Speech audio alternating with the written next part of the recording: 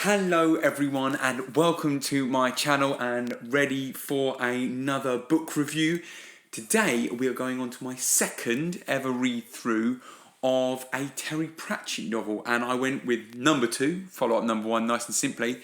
I went with The Light Fantastic. Now this was an odd read for me. I enjoyed it in much the way I did the first book, The Colour of Magic. We were obviously having a follow-on of Rincewind and Two Flowers' story, following literally from where we finished in the last book. And it was full of Terry Pratchett's absurdism and wit and jokes. But for me, it wasn't as good as the first one. And I've heard from a lot of people that these first couple of novels are Terry Pratchett finding his feet and trying to sort of find his way. And for a lot of the book, I found myself enjoying it. Yeah, it was good.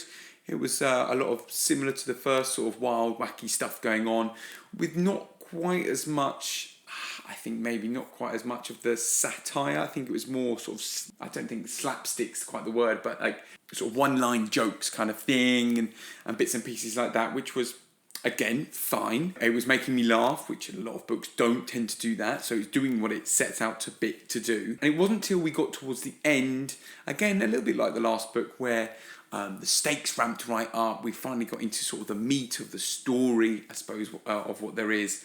And we had some stakes. We had relatively high stakes, actually, in this. It felt almost like, it almost got to the level like epic fantasy. You've got world-ending things going on, and it was really quite grand, which is not necessarily something I was expecting from Terry Pratchett book, and certainly not at the moment from what I've read. So that was enjoyable. For the most of the time, I was sort of sitting there going, okay, this is okay. This is a fun read. It's okay.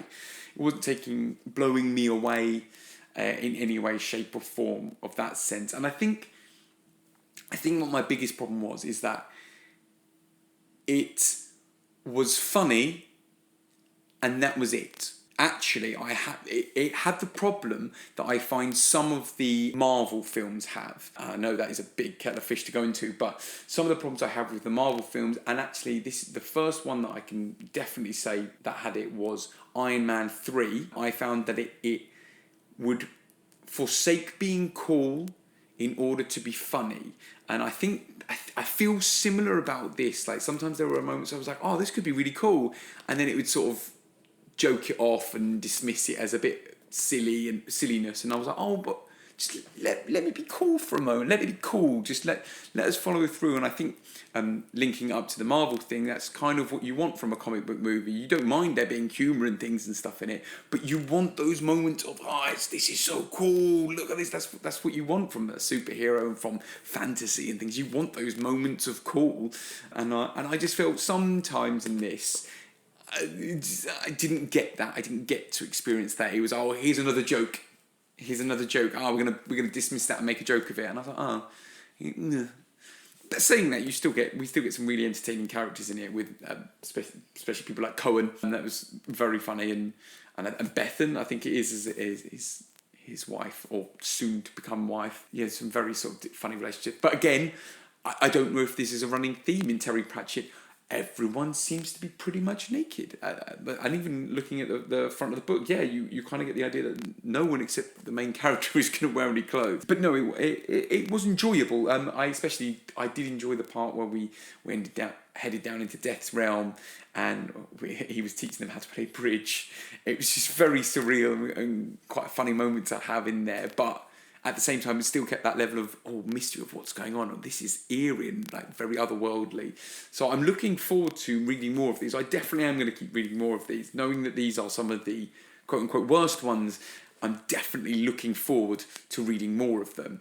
But for me, this one fell a little bit short. I think for the majority of the book, I was thinking, it's hovering around a 3. And then I think the ending, because it was an exciting ending, I did enjoy it, and it did give me that sort of grand epic scale that I enjoy. It sort of bumped it up to, I would say, a 3.5. So by no means a bad book.